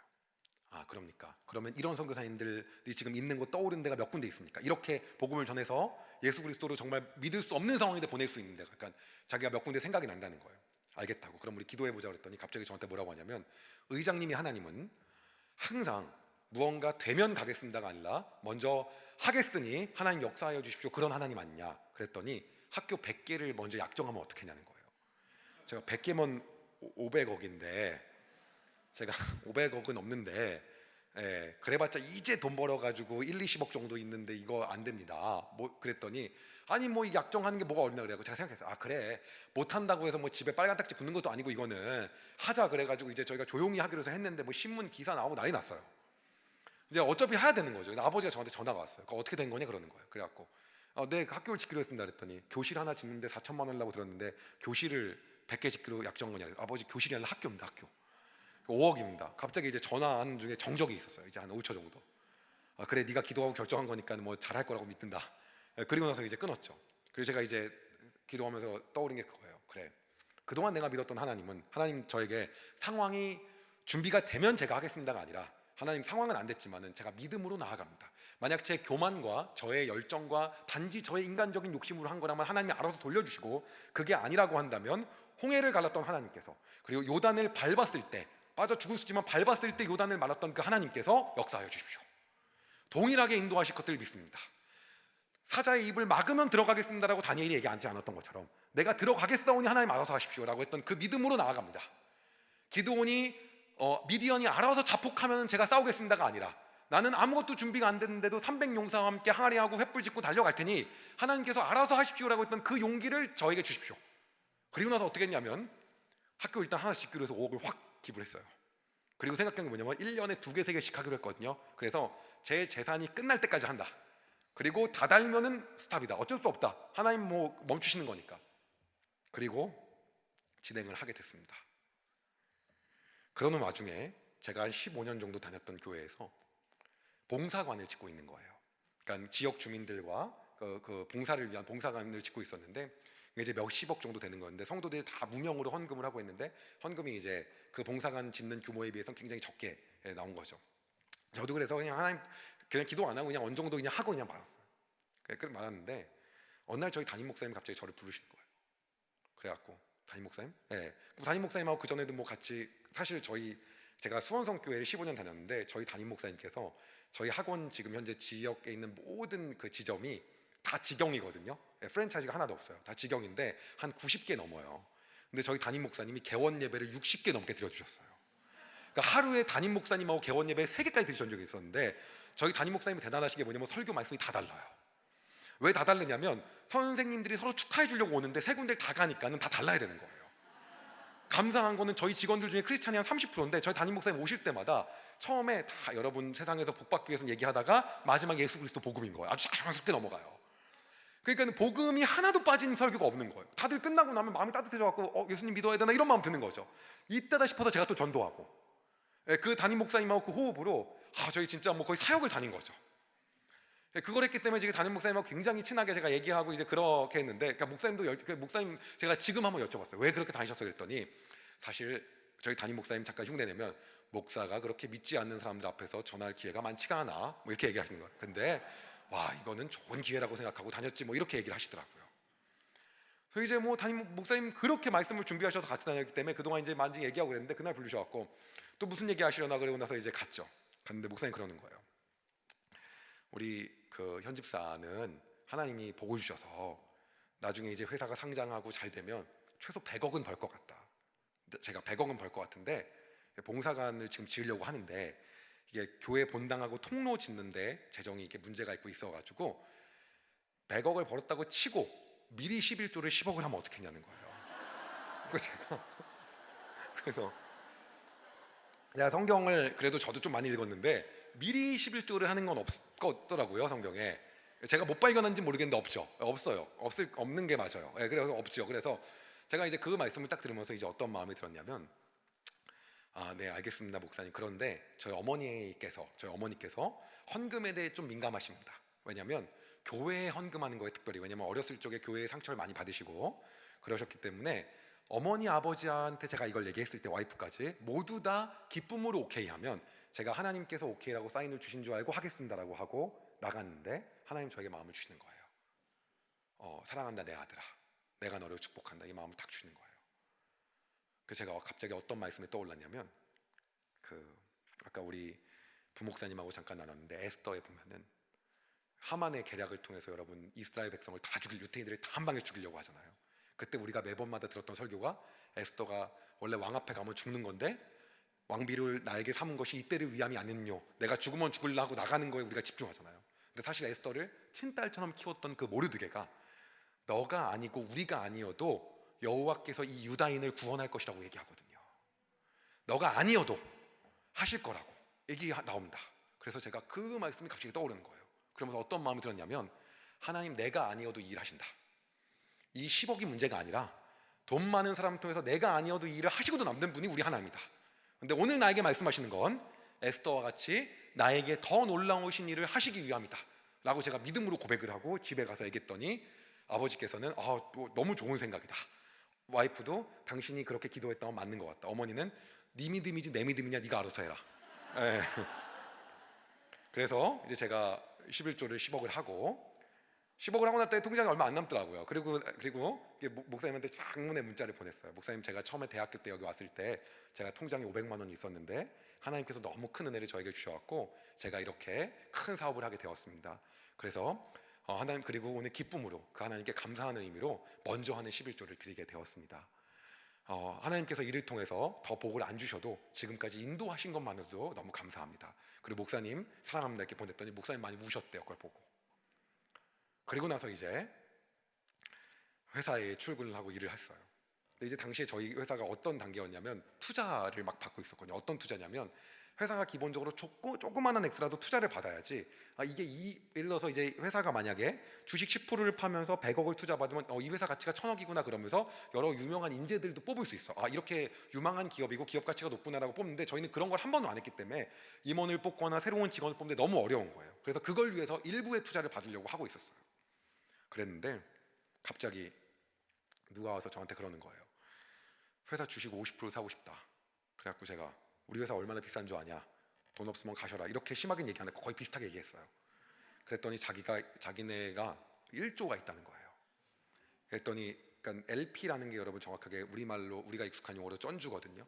그래서 자기네 그 쩐주들이 다 그 외국의 그 보험회사 몇십 조씩 있는 사람들이어서 자기네가 어디에 투자하든 신경 안 쓰고 한 번 이렇게 투자할 때마다 1조씩 준다는 거예요. 뭐 이런 데가 다 있나? 저 깜짝 놀랐어요. 무슨. 그래서 우리는 그러니까 아무튼 회사에 투자하는 게 아니라 이 회사가 너무 마음에 들어서 그 의장님과 같이 하고 싶어서 의장님이 가지고 있는 주식 중에 50% 사고 싶다는 거예요. 여러분 그렇게 되면 그 주식을 산 돈이 회사로 들어가는 게 아니라 제 통장으로 들어오는 거예요. 근데 그 딜이 몇 년 걸려야 된 딜이 3, 4개월 만에 끝내가지고 제 통장에 무려 1,500억이 들어온 거예요. 세금을 다 냈는데도 1,000억이 넘게 남았어요. 갑자기 어떤 마음이 들었냐면 그래 학교 짓기로 했지 100개 맞아. 그리고 내가 11조 먼저 했지. 그거부터 떠오르는 거예요. 하나님이 그 60배 100배의 수확이 그게 그냥 말씀하시는 게 아니구나. 그 실제구나. 아무 생각도 없이 믿음으로 드리는 더 복 받으려고 드린 게 아니었는데 그 지금 통하는 말씀이지. 맞아. 내가 왜 모르고 있었지. 그리고 이제 엊그제까지 해서 여러분 학교를 이제 4호까지 저희가 진행하고 있습니다. 저는 하나님께서 앞으로 저의 삶 가운데 어떻게 역사하실지 모르지만 제가 딱 정확하게 여러분 알고 있는 게 있어요. 그게 어떤 거냐면 우리의 삶이 우리의 계획대로 되지 않는다는 거예요. 그리고 하나님은 돈이 필요한 분이 아니라는 거예요. 여러분의 재능도 여러분의 시간도 여러분의 헌신도 전혀 필요하지 않아요. 그러나 여러분의 삶 가운데 그러한 부담을 주실 때는 하나님께 필요해서가 아니라 여러분 저보다 돈 많은 사람이 얼마나 많습니까? 워린 버핏이 빌 게이츠 재단에 63조를 기부했잖아요.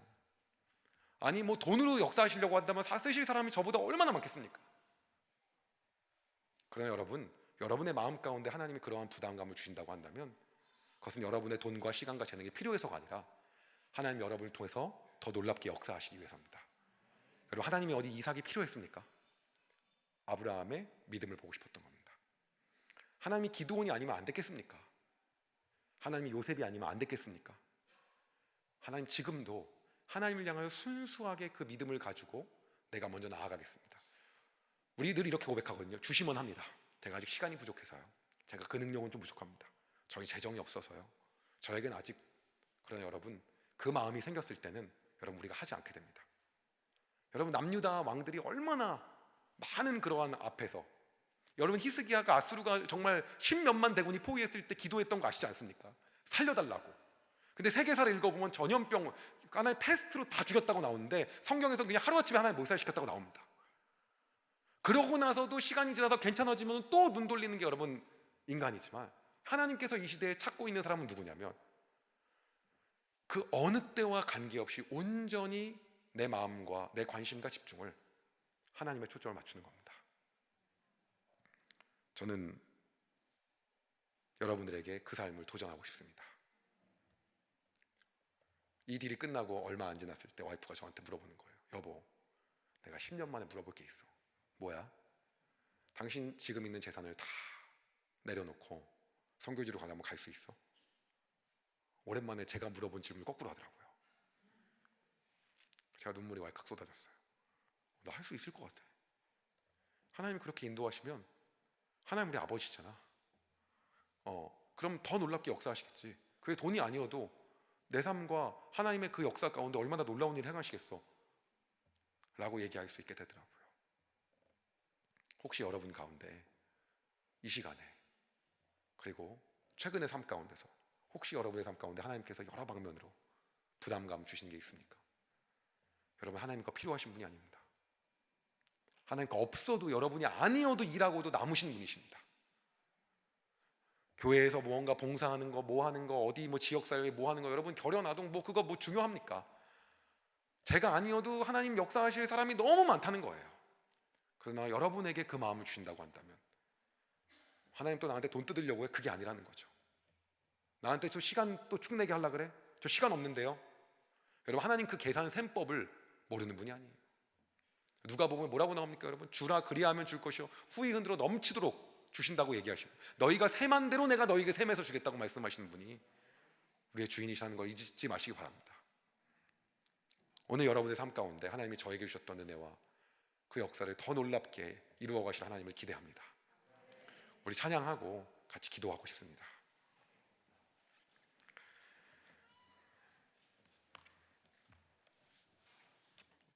어려운 관문을 지금 통과하고 있습니다. 투자를 받고 났더니 상의를 하고 논의를 해야 될 사람이 생긴 거예요. 근데 여러분, 다윗이 마지막에 했던 관문이 뭐였냐면 하나님이 인정하지 않았던 사울의 권위에 마지막까지 순종합니다. 죽일 수 있었는데 하지 않고 하나님이 하실 때까지 끝까지 그 권위에 순종합니다.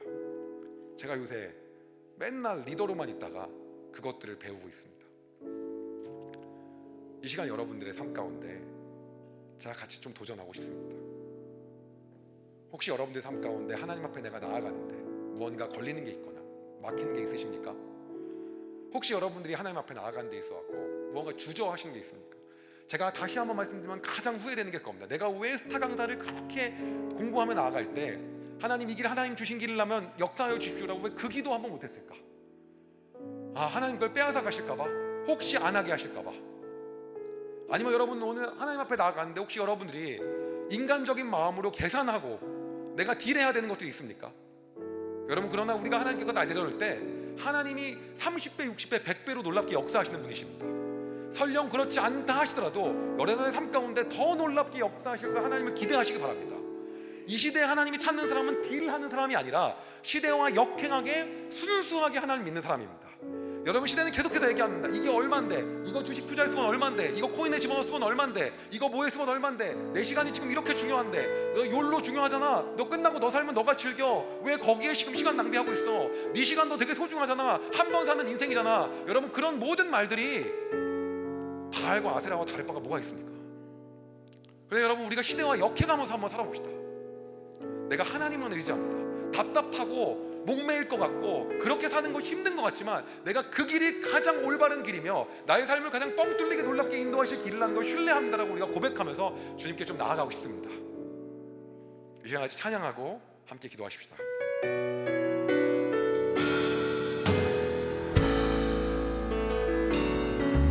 날이 저물어 갈 때 빈들에서 걸을 때 그때가 하나님의 때,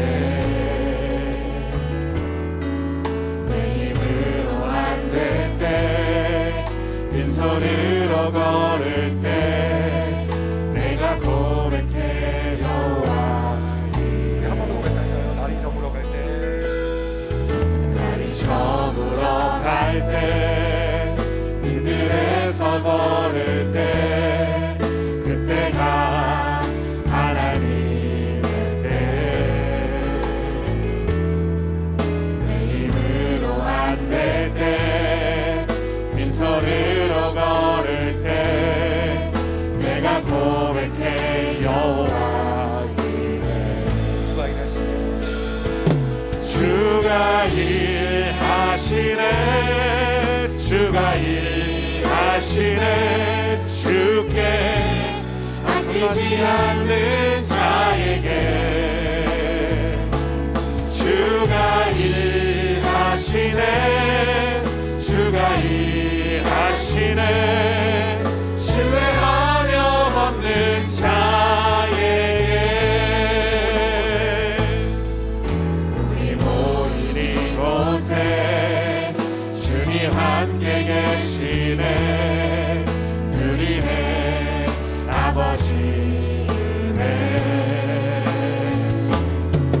저는 떡과 물고기 내 모든 걸 드릴 때 모두 고백해 여호와 이래.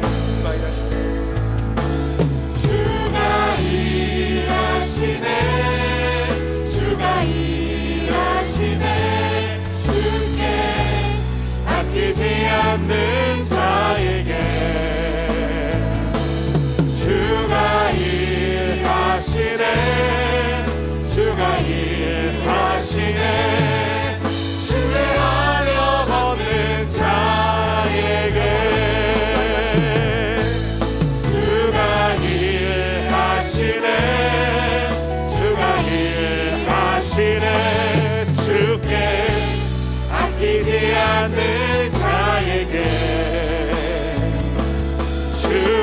일하시네 주가 일하시네 신뢰하며 걷는 자에게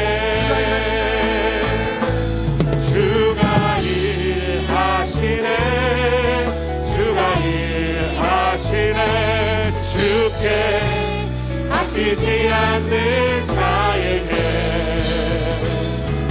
주가 일하시네 주가 일하시네 신뢰하며 걷는 자에게 주가 일하시네 주가 일하시네 주께 아끼지 않는 자에게 주가 일하시네 주가 일하시네 신뢰하며 걷는 자에게 신뢰하며 걷는 자에게 신뢰하며 걷는 자에게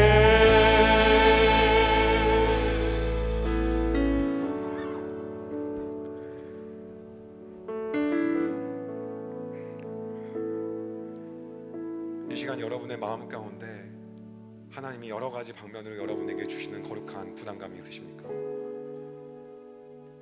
혹시 하나님 그렇게 말씀하셨는데 하나님 지금은 제가 시간이 좀 없습니다. 지금은 제가 재정이 부족합니다. 지금은 제가 재능이 부족합니다. 여러분 하나님 한 번도 재능을 보고 사람을 사용하시지 않았습니다. 하나님 제가 지금은 제가 조금 여러 가지 상태가 안 좋고 제가 여력이 없습니다. 여러분 그러나 그 상황에서 하나님께 내어드릴 때 더 놀랍게 역사하시는 분이 우리 아버지십니다. 하나님 찾으시는 분은 하나님과 딜하는 사람이 아니라 순수하게 하나님께 나아가는 겁니다. 시대는 계속 우리한테 얘기합니다. 계산해라. 더 정교하게 따져봐라. 너의 인생이다. 너가 즐겨야 되지 않겠냐? 너가 이거 가지고 있는 거 얼마나 아깝냐? 네가 어떻게 모은 건데? 네 시간 너무 소중한 거 아니냐? 네가 가지고 있는 계획들 너무 중요한 거 아니냐? 그러나 여러분 성경은 우리에게 그렇게 말하지 않습니다. 우리는 하나님 앞에 백지장으로 순수하게 나가는 겁니다. 그때 하나님께서 우리의 계산을 뛰어넘게 역사하시는 분이 우리 아버지십니다. 오늘 저에게 역사하셨던 하나님이 여러분의 삶을 통해 더 놀랍게 역사하실 거라고 확신합니다. 우리가 이 시간 이렇게 기도하십시다. 하나님, 제가 하나님하고 딜하지 않겠습니다. 나의 삶의 모든 영역에서 하나님하고 단 1의 딜도 하지 않겠습니다. 하나님이 모든 열망 가운데서 하나님이 가장 부자십니다. 하나님 모든 것을 하실 수 있는 분이십니다. 하나님 내가 아니어도 모든 것을 넘치게 하시고도 남으시는 분이십니다. 하나님 그러나 그 일들을 나하고 함께 하자고 하셔서 감사합니다. 자격이 안 되는 나하고 함께 하시자고 오늘 말씀하시는 분이 우리의 아버지셔서 감사합니다. 하나님 내가 그 일을 기쁨으로 순종하며 하나님과 딜하지 않고 순수하게 나아가길 소망하오니 하나님 나의 삶 가운데 놀랍게 역사하여 주시옵소서. 내가 하나님 제한하지 않겠습니다. 하나님 모든 만물 중에 왕이라는 걸 다시 한번 인정하며 나아가오니 하나님 내 삶을 들어 사용하여 주시옵소서라고 우리 하나님과 딜하지 않겠습니다. 하나님께 순수하게 나아가겠습니다. 모든 것을 하실 수 있는 하나님을 내가 기대합니다라고 우리가 부르시죠. 그 하나님을 높이시면서 함께 기도하며 나아가겠습니다. 같이 기도하겠습니다. 주님, 이 시간 내가 하나님 당신을 기대하며 나아갑니다. 하나님 온 열방 가운데 가장 부자이십니다. 하나님 온 열방 가운데 못하시는 것이 없으신 분이 우리의 아버지심을 다시 한번 고백합니다.